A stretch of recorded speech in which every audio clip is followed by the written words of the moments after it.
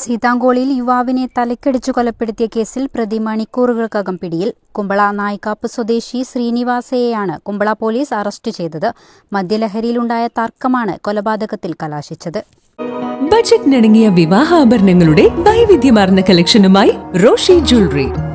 Diamond ആഭരണങ്ങളുടെ ഏറ്റവും പുതിയ ഡിസൈനുകൾ ഏറ്റവും കുറഞ്ഞ പണിക്കൂലിയിൽ. Roshi jewellery, gold and diamonds, Bank Road and Court Road, Kasaragod.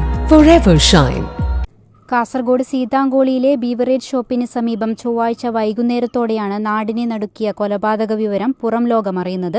ബാപ്പാലിപ്പൊന്നം പാടലടുക്കം സ്വദേശിയായ 35-കാരൻ ഷഫായത്തിനെ കെട്ടിടത്തിന് പിന്നിൽ മരിച്ച നിലയിൽ കണ്ടെത്തുകയായിരുന്നു. സംഭവം കൊലപാതകമാണെന്ന് പ്രാഥമിക പരിശോധനയിൽ തന്നെ തിരിച്ചറിഞ്ഞ കുമ്പള പോലീസ് മിന്നൽ വേഗത്തിൽ നടത്തിയ നീക്കത്തിനൊടുവിലാണ് പ്രതി ശ്രീനിവാസയെ വലയിലാക്കിയത്. കൊല്ലപ്പെട്ട ഷഫായത്തും പ്രതി ശ്രീനിവാസും തമ്മിൽ നിസ്സാര കാര്യങ്ങളെ ചൊല്ലി വാക്കേറ്റമുണ്ടായിരുന്നു.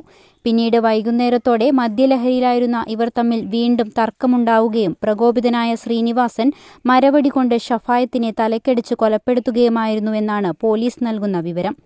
കൊലപാതകത്തിനുപയോഗിച്ച രക്തം പുരണ്ട മരവടിയും സംഭവസ്ഥലത്തുനിന്ന് കണ്ടെടുത്തിട്ടുണ്ട്. കുമ്പള ഇൻസ്പെക്ടർ ബൈജു കെ ജോസിന്റെ നേതൃത്വത്തിലുള്ള സംഘമാണ് പ്രതിയെ അറസ്റ്റ് ചെയ്തത്. 4 മക്കളുടെ പിതാവായ ഷഫായത്തിന്റെ വിയോഗം നാടിനെ കണ്ണീരിലാഴ്ത്തി. പോസ്റ്റ്മോർട്ടം നടപടികൾക്ക് ശേഷം മൃതദേഹം ബന്ധുക്കൾക്ക് വിട്ടുനൽകും.